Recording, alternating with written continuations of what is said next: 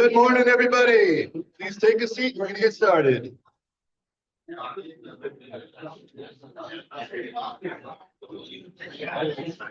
All right. My name is PJ Jacobs. I'll be your host this morning. Welcome to 1 Million Cups. Oh, God, nice and quiet. Awesome. Thank you for being here this morning. Now, 1 Million Cups is held all across the country every Wednesday morning.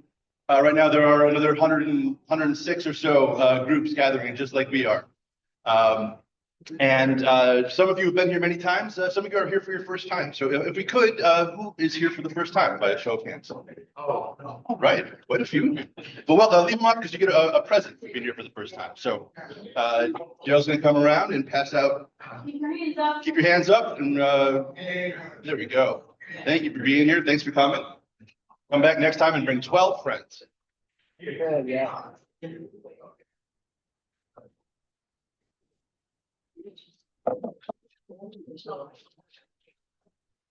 Right. Do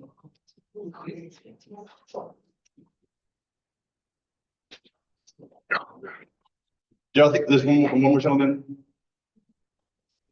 Oh.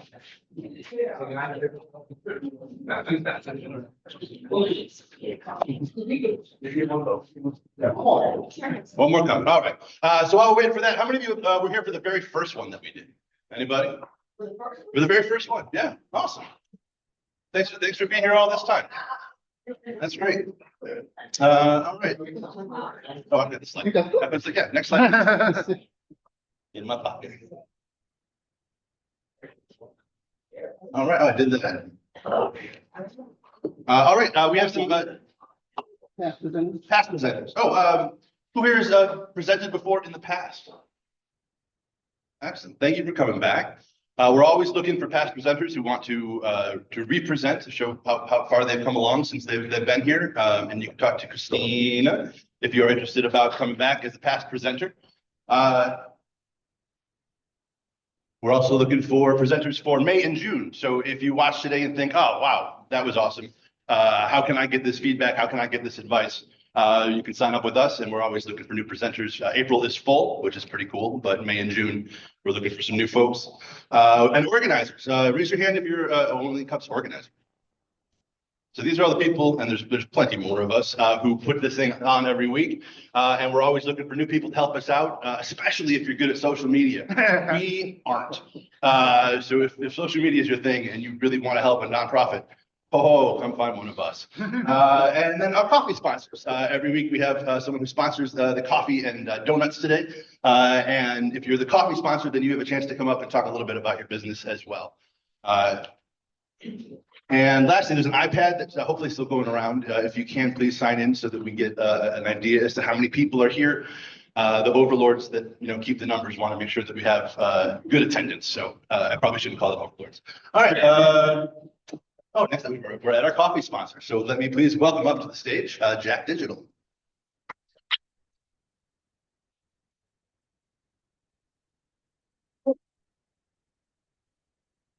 I can do this. Point at the. All right. So hi, I'm Jordana, owner of Jack Digital. I've been in business 8 years and I have about 3 employees. So I'm also an Open Thrive provider. Can you hear me? Yeah. If not, I speak very loud anyways. So I've owned my business for 8 years and I have been in Open Thrive for about 2 years, and I'm a provider. I was actually one of their first providers. I do marketing. So we do Instagram, Facebook, TikTok. We also do content creation, and we do a bunch of other things. So I've helped many of my Open Thrive clients be able to grow their businesses. I've helped people in beauty and spas. Currently, I just offered a new service where we're actually creating content. You get 3 videos with the 7 hours from Open Thrive. We're actually going to create videos next week for Sandwich Shop, who's in Open Thrive. So we do a lot of things like that. I've had a lot of success stories, a lot of nonprofits, a lot of different people follow me and they say, hey, Jordana, we followed all your advice and we're doing very well. So I would love to be a business provider and I'd love to help you with marketing. But about Jack Digital, it's been around for 8 years, as I said, and we focus on social media and building a personal connection, because that's the most important thing with social media to me.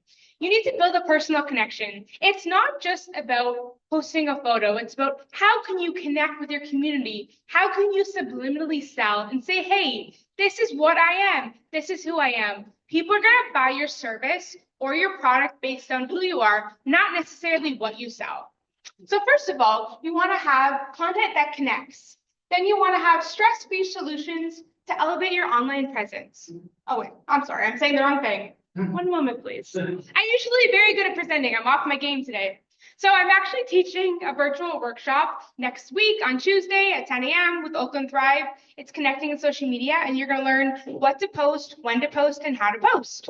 So I'm going to talk a little bit about that.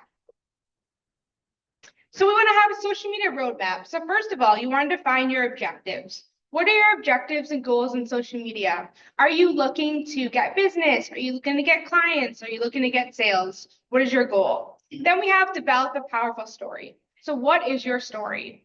Who are you trying to reach? Have you had a rough childhood? Have you started your business out of necessity? Then we have create an action plan. So you come up with all of your stories of things like, what are the 5 or 6 things I am going to create? What are my 5 or 6 categories in social media I'm going to provide with? Then we have create the content path. So decide, are you posting on Instagram, Facebook, YouTube, etc. And then you want to execute, you want to post. Then you want to track your results and say, did my post actually do well? Did I get any likes? Did I get any comments? Or if you did not, look at it again and say, how can I change this post? And then at the end, you decide, hey, is this working? And then you always change your objectives. So I hope this was a little bit helpful. And I know this is a little bit gibberish today, but if you're looking for help, I'm really great at one-to-one. So give me a call.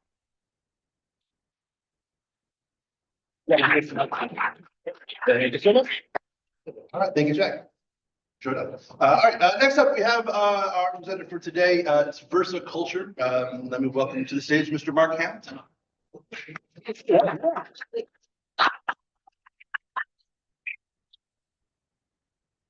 making a stand in. Oh, there's him. There you go. Yes, sir. Good morning. Morning. This is my first time here, as luck would have it. I planned on, the best laid plans, right? I planned on coming here and getting to know everyone before jumping in, but over here, right, yeah, we've got the screen. This is gonna be good, right before this, okay. Yeah, first time presenting as well online and in person together. So I've had my half cup of coffee, anything more than that, and I've become something inhuman. So I'll try and keep things in line and clear as we go.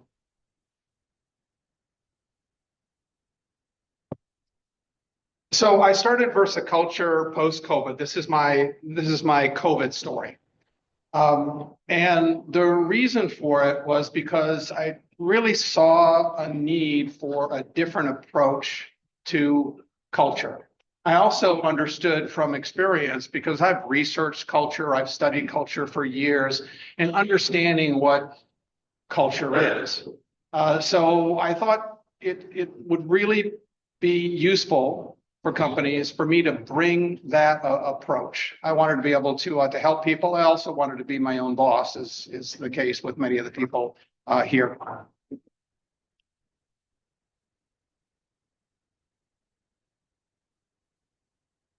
So I do a lot of things, and some of the services, just a few of the services are here.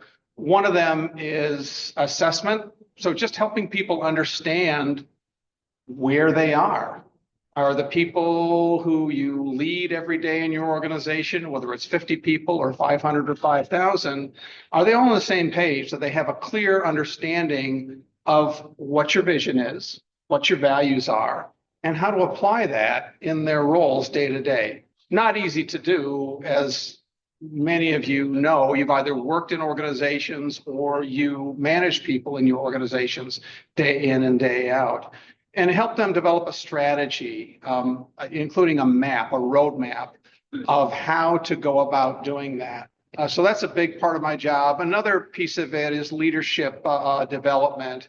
I found in my work, and this is where I am in the evolution of the business since I started it about 2.5 years ago, is all roads lead to culture. Leadership is much easier for people to understand, for them to get their heads around. People understand what leadership is. They've read about leadership. They've tried to apply leadership tools in their own lives, whether they're working for someone else or working for themselves, like many of you. So I start with leadership, and then that develops. But regardless, when you're working with culture, you want to make sure that leadership is skilled, is competent, that they understand what they're trying to achieve and how they're trying to achieve it. And again, what role does everyone else on their team play in order to achieve that? You might not think at first that those things have to do with culture, but it's all about alignment and beliefs. What do people believe about your organization, and what impact does that have is the question that I ask on your outcomes. So it's an outcomes-based model. I start with ROI. What do you want to achieve? I don't mean what you want to get next quarter in terms of financial results or next year, but where are you headed, and how do we measure that? And how do we align your culture in a way to achieve those goals? So these are my, yes, this is going to be, Melissa asked me when we did our coaching session, she said, you'll be able to do this by heart, right? And, well, yeah, the best laid plans. But so these are some of the big challenges that I have. I need helping people understand my value. As I mentioned, culture is my primary area of expertise, but I've done a lot of training, like 15 years of it plus. And a lot of that has been about leadership, and I tailor the tools to the client's needs. It's a values-based model, but helping people understand the value of that. Even when I'm presenting my pitch, my value proposition as one focused on helping them get better outcomes, it's still a bit of a challenge. Packaging that as well has been a challenge for me in terms of services. People don't want to hear about a service that's going to take you 3 months to 6 months to implement, even though that may be what they need. So those are some of the many challenges that I've had in my work. So my ideal client, ideal customer. This is an additional slide that Melissa had suggested, not to put it all on her, but that it might help you to understand what my ideal client is. And the way that I put it most succinctly is they are large enough that they have a degree of complexity. There are a lot of moving parts that one person can't master it all, but not so large that they already have legions of people, a corporate development staff, people experience, a well-equipped HR department with specialists, real specialists in culture, leadership, and in other areas of expertise. So anywhere between, I'd say, 20 to 50 million in annual revenue on up to over $1 billion, anywhere from several hundred employees to several thousand, although I have been working more and more with smaller businesses. Since COVID, as we all know, culture has become more and more important. People are asking the question, right? Candidates in interviews, regardless of the size of the company or the opportunity. So this is what I've tried so far. One of the things that I do, and I'm doing it right now, is education. On the one hand, I am looking to provide services that are pretty accessible for people, meaning intellectually accessible and physically accessible, things that are relatively narrow in focus, such as a strategy workshop of a couple of hours or a leadership development workshop, and the skills to be defined in collaboration with the client. And what I've found is that by speaking and writing, I can go into more depth, and I can get a reaction, a response to my services, my vision, the values that I hold, and what that means for my business. I also have been spending a lot of time on LinkedIn posts, getting traction there, LinkedIn articles. So I started to perfect that more and more. I have a series of webinars that I've been doing with an internationally known company as an HR management platform. And most of these are focused on leadership, although incidentally, recently here, and this is not a pitch to you by any means, I've been looking at DEI and what that means for companies and that agenda. And are there ways that they can focus in a cultural way, like issues of mutual respect, for example, in the workplace, in order to be able to achieve some of the same goals that a well-packaged DEI program would achieve for them. I've done a lot of networking. I like to network. It's not clear to me, however, that I have been networking with the people who are in my target audience. So like many of us, I've cast a wide net from the very beginning. So if there's a networking event, I'd go to it. Now I'm starting to narrow that focus down and try and hone things more and think carefully about who's my ideal customer, who is the person, where's that person likely to congregate with other people, meet with other people, network with other people, and also, and equally importantly, who are the people that I can connect with who are connected to them, where we can collaborate. I do have partnerships, and partnerships is another strategy that I've been using, partnering with companies. I was just speaking with Lisa about Michigan Works, and I have partners who help companies to apply for Going Pro Talent Fund resources. How many people here are familiar with Going Pro Talent Fund, out of curiosity? So they provide $2,000, and I guess it's even up to $3,500. Now, not to put Lisa on the spot here. She's just started her job. But there are resources that are available, and I want to do more to leverage that in order to help me garner clients. So lessons learned. I enjoy webinars and webinar creation, and I've been getting more and more traction there. Very, very positive responses to my approach and my ideas. I've got confidence in myself technically. I know that I know what I know, and I know that I can do it well. The question is marketing and how to package that in a way to convince others to bring me on as part of their team. Networking, as I mentioned, it's a lot of fun. I enjoy the LinkedIn as well, but we can lose a lot of time there. So being able to package things and hone my message as well is a challenge and something that I really want to do. I want to be able to work smarter and work more efficiently in the process. I become known as the guy who gets things done and gets them done in challenging circumstances. I hope this doesn't appear boastful. There are a lot of things I'm not good at. Marketing is not my gig, or administration. I hate admin. My eyes glaze over at admin tasks, although we all have to accept those responsibilities. But dropping me into a situation that is unknown and leaving me to figure out how things work, how people make decisions, what decisions they're making that follow their plan, that are aligned with their goals and their values, and those decisions that aren't. So helping people to diagnose things similar to what a doctor or a lawyer would do, to understand the problem in order to be able to help them to fix it. Let me know by a nod or something if I'm going over on my time. I know I have more, I'm assuming more since I'm getting centers. So these are the questions that I have for all of you. How can I better locate the right client? How can I present my value effectively?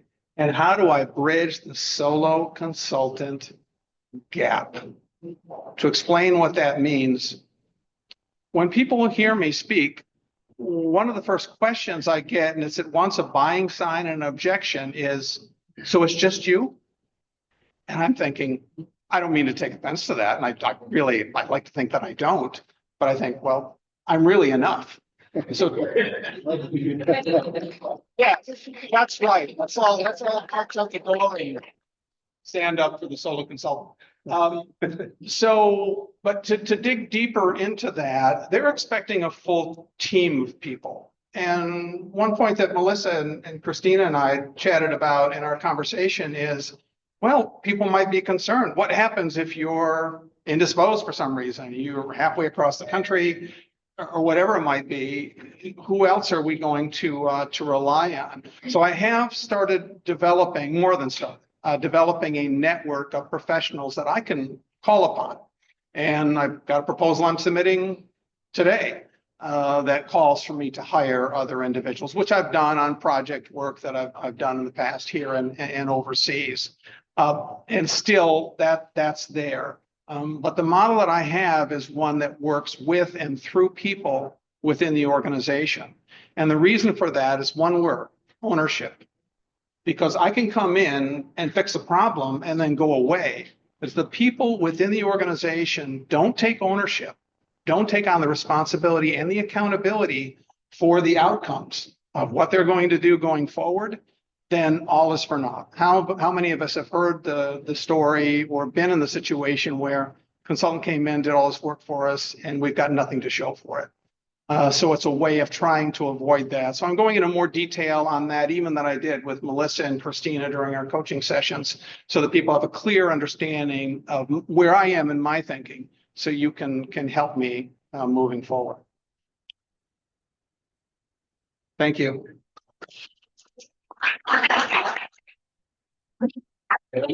All right, so, all right, so can we go back one slide, Mark? Sure. To your Just questions. questions, Yes, yeah. sir. All right, so these are the 3 questions that Mark is asking the group today. If you have feedback, if you have answers, not answers, but if you can give answers, that'd be amazing. But if we line up over by the coffee table, and we'll bring people up to offer their 2 cents. And including people online. Oh, yes, thank you. Yeah, and there are people online as well. Thank you. You're supposed to do that. I was supposed to do that. Every week we have people joining us on YouTube and Zoom, and starting next week, it's a new Zoom link, which we'll send out. So if you're on Zoom, look for a new link. But so Mark, I'll give this to you. Sure. I'll take that. This is. And am I calling on people or? No, this is where they come up. Okay, this is where they come up. Starting over there, but this is not. Okay. It's on that. All right. Come on up. Thank you. On the side. Yeah, you're on that side. No, I am Shalice Daniels. Flow is, everybody knows, right? 5 to 10 minutes and you'll get back 10 hours a week of your time through using Flow. Thank you. Okay, so I'm a business coach and former, I guess, solo consultant. And one of the questions that you had up there earlier was scalability. Am I too custom? And then my question was going to be, before I heard the rest of your presentation, was, do you have a framework? And if you have a framework, like you said, I do what I do really, really well, and I know what I'm doing. If you have a framework, I think putting that first, letting your customer know, these are the steps that we're going to go through. And I know that you said it's very custom according to what the customer needs. At that point, say, this is, I think after my diagnosis, like a physician, is kind of what I heard, then your team would take the ownership. So I need you, but let them know like how long they'll actually rely on you, and then kind of the do it for you, do it with you, now watch you, and you just Structure. need me. Right. Yeah, you let them know that's first. That was basically it. And then HR professionals, you specifically mentioned that you need an HR specialist. SHRM. Are you familiar? Do you go to the conferences that SHRM is something HR management? SHRM, SHRM. Yes, in fact, Okay. the series of webinars that I mentioned, they are for HR credit. Got it. Okay, well, that's all that I had. And the local industry conferences, it sounds like you're all over networking in the local industry. Good luck. Thanks. Well, appreciate it.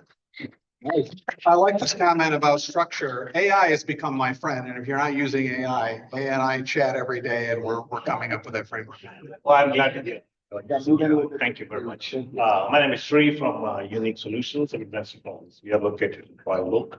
I've been an IT consultant, started as a solopreneur myself, and growing to the team of 25. Yeah, speak up just a little bit. Growing to a team of 25 people right now that we are serving small businesses. One of the one of the things that I've noticed is that how can I better locate the right client? I have not seen, I don't know if you define the profile of your client.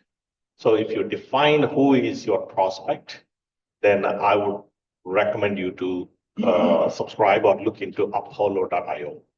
And that is where you will find all your prospects that you needed. You just have to dig into it, put some work into it, but you will find them. Once you know who is your suspect, then you turn them into your prospects.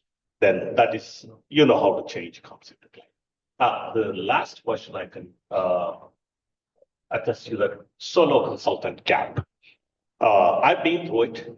The way I overcome that is by bringing contractors into my team.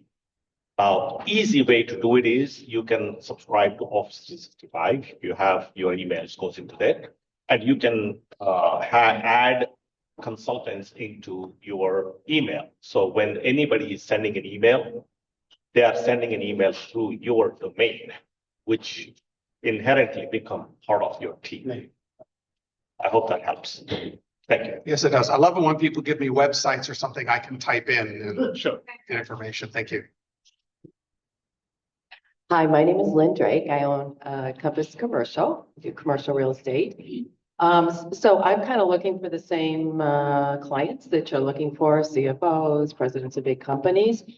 Detroit Regional Chamber, I find that a lot of the business leaders in this market attend those meetings. So that would be a good place. Have you ever been to their meetings? No, I haven't yet. I am looking at several area chambers, Auburn Hills. This is a level above. I mean, I'm a member of the Detroit Chamber. I love, love, love. Okay. But I don't find the large size businesses that I need to have there. Okay. So that's just my experience. The other thing is I have been a member of entrepreneurial organization, EO. There, all your ideal clients are going to be there. You can do a couple of things. You can, they have a lot of educational opportunities. You can go and volunteer and speak before their groups, and you're going to have everybody in the room. I don't know if you're familiar with them, but they will They be. linked to EOS at all? And then no, they are not linked to EOS. And then I was going to say, are you aware of EOS? Because what you're doing sounds very similar to me to what they do. Yes. Part of my job is actually ask people to move their rocks, if you're familiar with EOS, which is a challenging thing to do. But thanks, these are very, very helpful. Incidentally, just to give some background, if I may, Yeah. and everyone. We moved here from West Michigan back in the late summer, early fall. My wife started a program at U of M.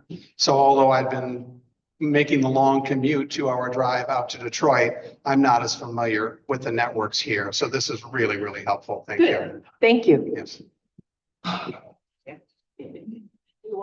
Hi, I'm Joel Nard. I have a question for you. Can you share a little bit about what your sales process is like?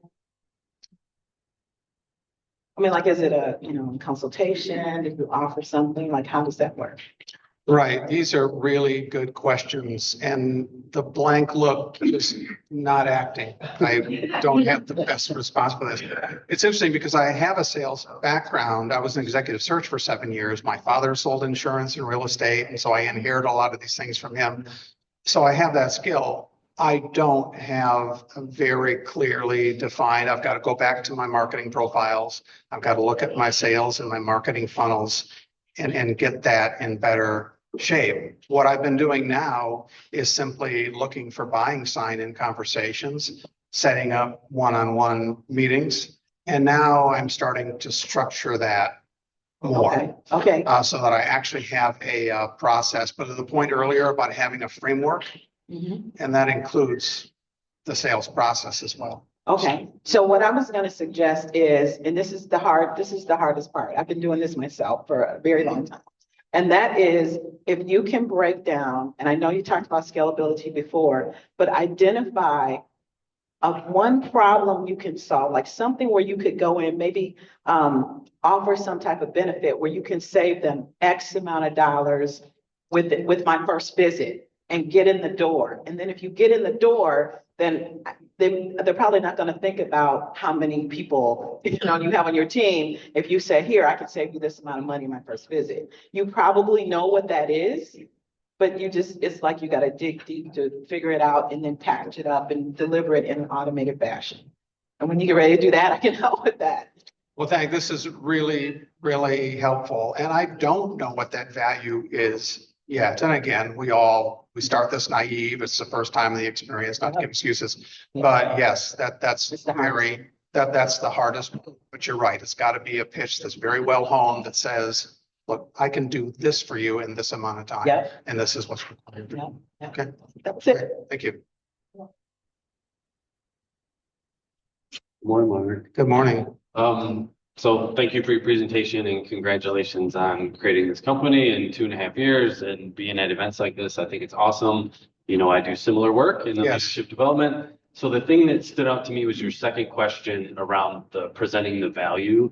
So I think, at least from my experience around culture shift, like I think really hitting the emotions of that is really important. And I feel you probably do these things I'm going to say, but I think really playing on the pain of like what poor or weak or, you know, dysfunctional culture feels like and looks like, and how their people are probably showing up every day in this negative culture and what that's doing to them. And to me, I kind of bridge on the life and leadership coaching side, but I think really showing the life impacts that has on your people to show up in a culture that's dysfunctional or doesn't serve them or doesn't welcome them. So I think really saying, especially to these CEOs or these high people, like you probably don't even realize what's going on outside your office in your culture and how dysfunctional that probably really is and how that's likely showing up. And I think if you really drive home those pains, like you have no idea what's really going on outside your C-suite office. These are what your people are seeing. And then the flip side, of course, is, and here's that beautiful outcome. Here's the sunshine, happy workplace to show up to when you implement that shift. And in the middle, you could take some of that advice and then here's kind of what the typical steps look like to bridge that gap. Just your thoughts on that. That's really helpful. I'm an analytical person, if that's not obvious. At drawing on emotions, I have a coach. He tells me all the time, he says, you have to make it personal. You talk about the stress, right? Talk about what that conflict is doing to you and doing to the people within the organization. So I remind myself, and I think back to the point made earlier about a framework would help do that, because you can frame these things in. You can structure a conversation so that it does exactly what you're saying. Makes those pain points personal, you know, just adding on what you've said. So yeah, I think definitely. And what I like about that is it's intangible, although it's real.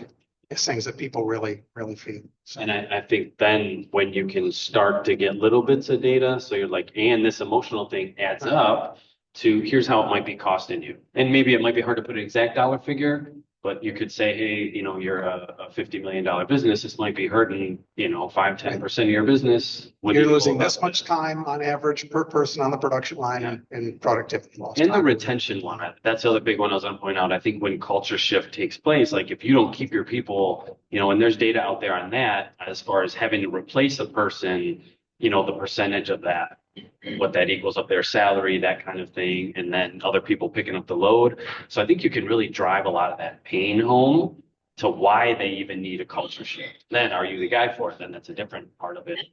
Here's why this is a problem for any of your clients, of all businesses, really. And then you mentioned the DEI side, and that scope is changing for businesses. So really driving that home of here's the pain, you know, that your people are seeing that you probably don't realize, and it's costing. Yeah, that's really helpful. So add a little bit, I'd be interested in people's responses to it. Not only the retention piece, but as I've said to clients, your turnover is one thing, but the people who you have now who are wanting to leave, who are not wanting to be here, but still here, that's costing you. Yeah, So I've got some kind of quiet information on quitting that as well. side. Yes, Yeah. I got good point. And there's data more on that now, so I think that's available. I'd like to talk to you more after. So thanks, Mark. Thank you. Okay, then I reread your questions. How can I present my value effectively? So I'm really a consultant too. Basically, I do commercial real estate. I have a couple of things. If you hear me talk, I'm very process oriented. So whenever I finish a transaction, I go back and I say, what did I do here? Give you an example. I worked with the Girl Scouts. They were in a building in Detroit that had a lot of problems. Loss factor because the way the building was built, they had to lease way more space. There was water heat. It cost another $1.25 a square foot more than a regular building. I put all this stuff together. I relocated it, and I believe I saved them $10 million in a relocation in a new space.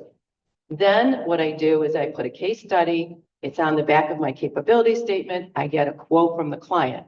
Now, your clients might not want to be identified because you're working with bigger clients than I am, but that was a nonprofit, so they had no issue with me sharing that. So what I would say is, hey, Mr. Client, I did this for you. Can I put a case study?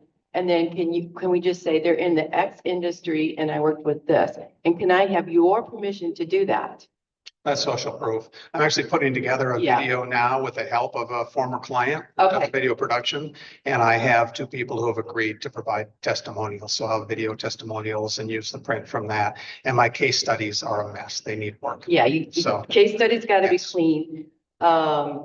So testimonials. So what I do with so as soon as I'm done with every transaction, it's part of my process that I send them an email. It's a pre-written email. How did we do? And then I say, can you put this on Google? I am now the #1 broker in Troy, Michigan, because my clients respond and they put it in there. And some of them respond without their name, but they still respond. And so now when anybody looks up real estate in Troy, I come up. So that's a really easy way to do that. Another thing I do is I take the quotes and I have somebody put it into this nice little picture, and then I post them on LinkedIn. Again, social proof. That stuff works really well, but you can just put it in your process and it's just a lot easier than trying to come back and do everything later. When you're working on your process, put all that in there and just get it done. So the postmortem on the back end is part of the structure and process. Thank you. That's very helpful. One real quick. I'd like to see some of your materials, so I'll. Okay. No, no. You get on my LinkedIn account and you will see it's all there. You have an amazing business, and thank you again for coming out today. One of the things, when you talk about presenting the value and then the whole solo entrepreneur issue is get that out front. Get that, talk about it, hey, I'm a Cover the solo, objection before it yeah, comes up. I'm a solo entrepreneur because that's all I need. And I guarantee you that I can bring you results. So let's get that out of the way. And if it comes up at the end, is that really a real objection, or are they just sort of stalling because they don't want to do business? One of the things is to get that out of the way as quick as possible. And then when on your website, look like you got a big team. Or maybe it doesn't come up. You don't have to have a large team to look like you have a large team.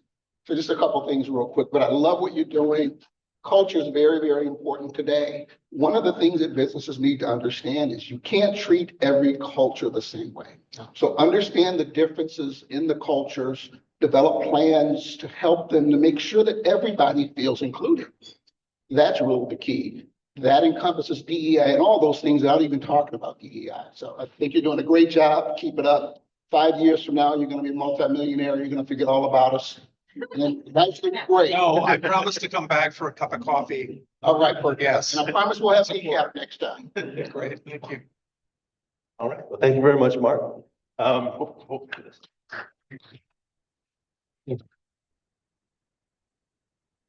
Before we send you off, just a couple of questions. First of all, what made you decide to come present this morning?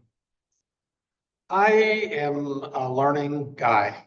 I love to learn. I tell people I've managed in the past, for example, that I judge the value of a meeting or an event by whether or not I've learned something I didn't know when I got there. Otherwise, it's, my eyes glaze over, like many of us, we have to attend meetings like that. So I like to learn, and I like to challenge myself. And I hope I have enough humility to understand that you have to put yourself out there. You can't, as a colleague of mine in Ann Arbor said, you can't read the label yourself, right? You can't look inward. You have to have other people as a sounding board. So those are among the reasons why. That's great. And then what's one thing that you heard today that you think you could probably implement on the quick? Oh, I think Apollo.io is going to be one of the first things I'll plug into my phone when I leave here. But yeah, the structure and process piece of it, which people, that's something I'm going to be able to implement right away. I'm actually doing it now, but the way people described it will be helpful. It will give me the language that I need to use the tools that I have, AI driven and other, to help me craft something that both represents me, heart and soul and mind all together. And at the same time has more sense and substance to it. People need to be able to follow where I'm headed, as people have raised here. And that's one of the things that I'll be doing first thing. That's great. Well, thank you very much for your time. One last round of applause for Mark.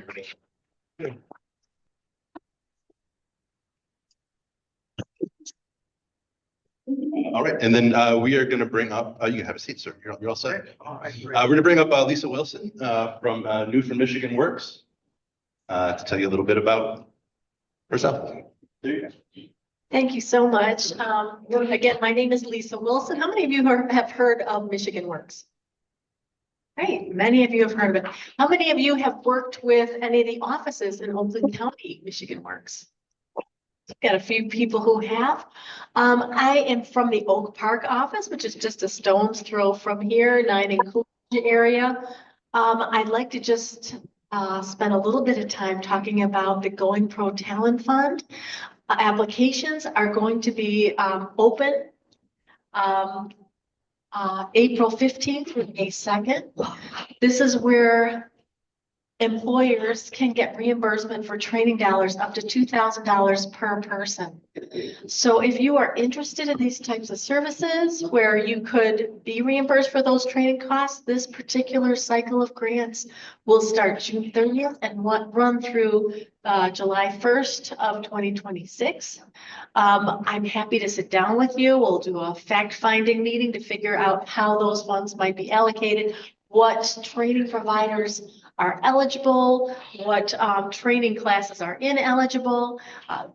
The grant guidelines change every year, so I'm happy to sit down with you or just email you the presentation that the state has been using to be able to show employers what is needed.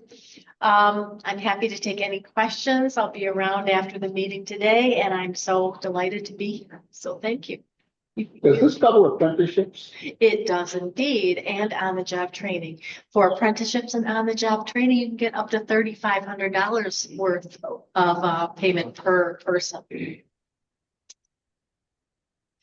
Questions? Is solopreneurs or owners of a small business Yes. eligible for this grant? Yes.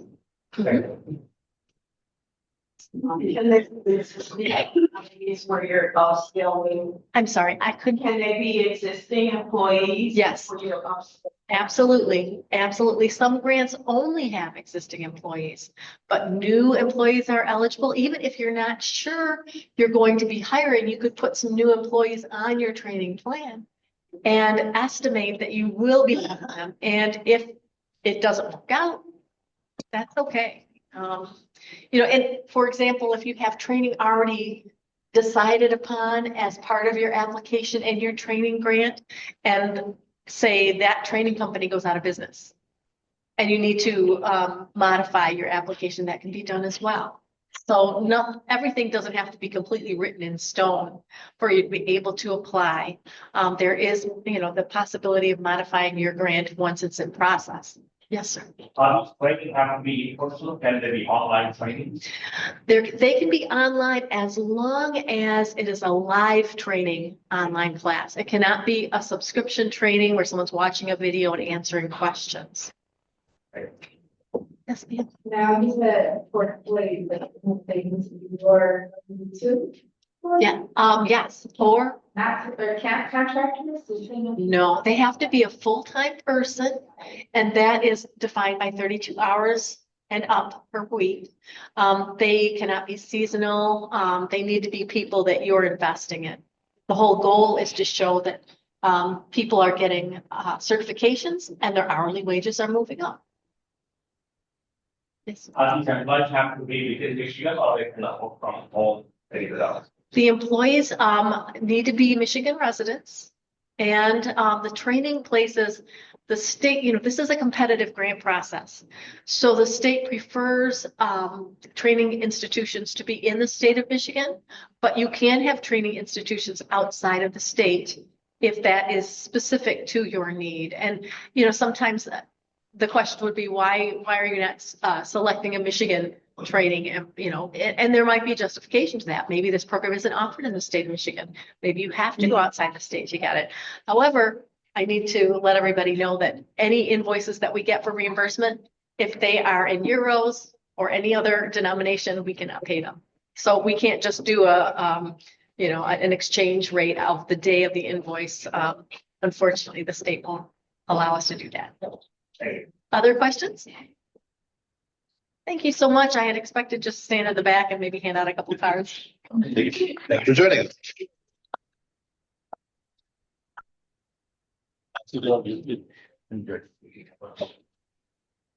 So just real quick before we move on, anybody here for the first time that showed up after we already asked if anyone was here for the first time? Because you get a present if you did. Nope. Okay. All right. Great. Just making sure. All right. We've a podcast release event coming up it's tonight. It's tonight. Excellent. Reserve your spot now, 6 to 8 p.m. at New Lab Detroit, which is an awesome space downtown by the train station. And there's all the information on that. Can I get your phone back? I also want to thank Incubizo for hosting us here. By the way, I'm here if anybody. Oh, you are? Yes, great. He's hosting the podcast, so talk to him afterwards. Also, Shri, who came up earlier, he's hosting Streamlining Operational Efficiency, Part 2, with Shri Kaluva. It'll be here at Incubizo on Thursday, April 24th at 10 a.m. If you want to learn more about streamlining operational efficiency, talk to Shri, and he can tell you what to expect. And so many things in my hands. Group photo time. All right, so that brings us to the end of this morning's 1 million cups. When this is done, you are welcome to stay here and work at Incubizo. Starting at 10:30, they want the volume to be down so people can actually work. But so you're free to welcome to hang out until 10:30. And in a moment, we're going to all come up here and take a group photo. David today is our cameraman, so very exciting there. And he's going to lead the group from there. But thank you for joining us. We'll be back next Wednesday. Have a great rest of your day. All right.